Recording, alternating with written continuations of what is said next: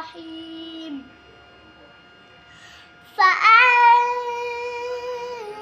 فأنذرتكم نارا تلظى لا يصلاها إلا الأشقى الذي كذب وتولى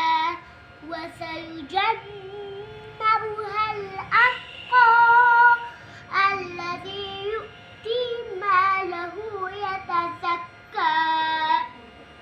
وما لأحد عنده من نعمة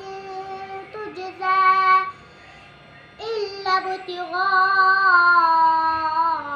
وجه ربه الأعلى